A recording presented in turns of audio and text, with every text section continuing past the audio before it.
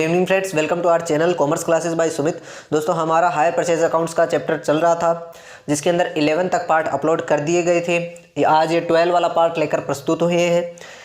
ये जो 12 वाला पार्ट है वो 11 वाले पार्ट से रिलेटेड है। 11 वाले पार्ट में आपको बताया था कि किस्तों के भुगतान में अगर गलती की जाए, त्रुटि की जाए तो माल जब्त हो सकता है।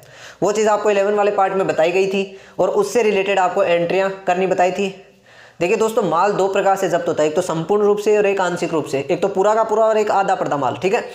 तो उससे रिलेटेड किराया क्रेता की पुस्तकों में आपको क्या एंट्रियां करनी है, किराया विक्रेता की पुस्तकों में आपको क्या एंट्रियां करनी है, वो पीछे वाले पार्ट के अंदर आपको बताई जा चुकी है।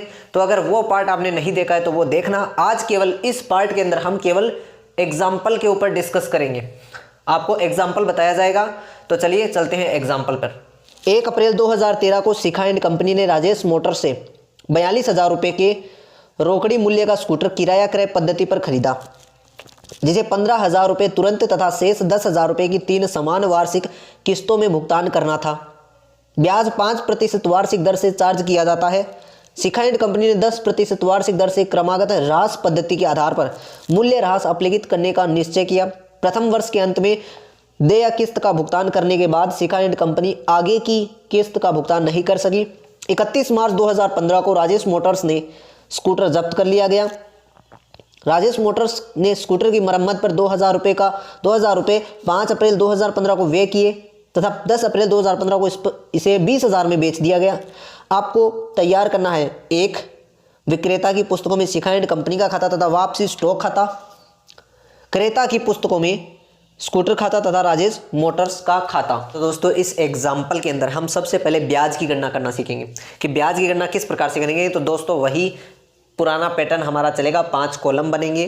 पहला कॉलम बनेगा किस्त का विवरण, दूसरा कॉलम बनेगा बकाया रोकड़ी मूल्य, तीसरा किस्त की राशि, चौथा ब्याज का कॉलम, पांचवा किस्तों में सम्मिलित रोकड़ी मूल्य। ये 5 कॉलम बन गए। उसके बाद में आपका जो केस प्राइस है, रोकड़ी मूल्य कितना है 42,000 रुपये, उसमें डाउन पेमेंट कितना हुआ 15,000 रुपये, तो किस्त की राशि कितनी हुई 15,000 रुपये। ब्याज कुछ शामिल था नहीं डाउन पेमेंट में, तो एज इट इज 15,000 रोकड़ी मूल्य आपका रह गया, ठीक है। अब 42,000 में से 15,000 रुपये कम किए तो आए 27,000 रुपये। अब पहली जो किस्त है उसके अंदर शामिल आपको ब्याज की गणना करनी है, ब्याज निकालना है। तो इसे 27,000 रुपये का 5% 1,350 रुपये, ये 1,350 आपके ब्याज हो गई। 10,000 रुपये की आपकी फर्स्ट जो इंस्टॉलमेंट है वो हो गई। इस 10,000 में से ये 1,350 कम किए तो आए 8,650 रुपये। यही सेम एज इट इज़ आपका रोकड़ी मूल्य रह गया किस्त में सम्मिलित। 27,000 में से 8,650 कम कर दिए तो आया 18,350 रुपये। सेकेंड इंस्टॉलमेंट में 5% निकालिए 18,350 रुपये का, तो आए आपके 918 रुपये। सेकेंड इंस्टॉलमेंट 10,000 रुपये की, उसमें से 918 कम किए तो आए 9,082 रुपये।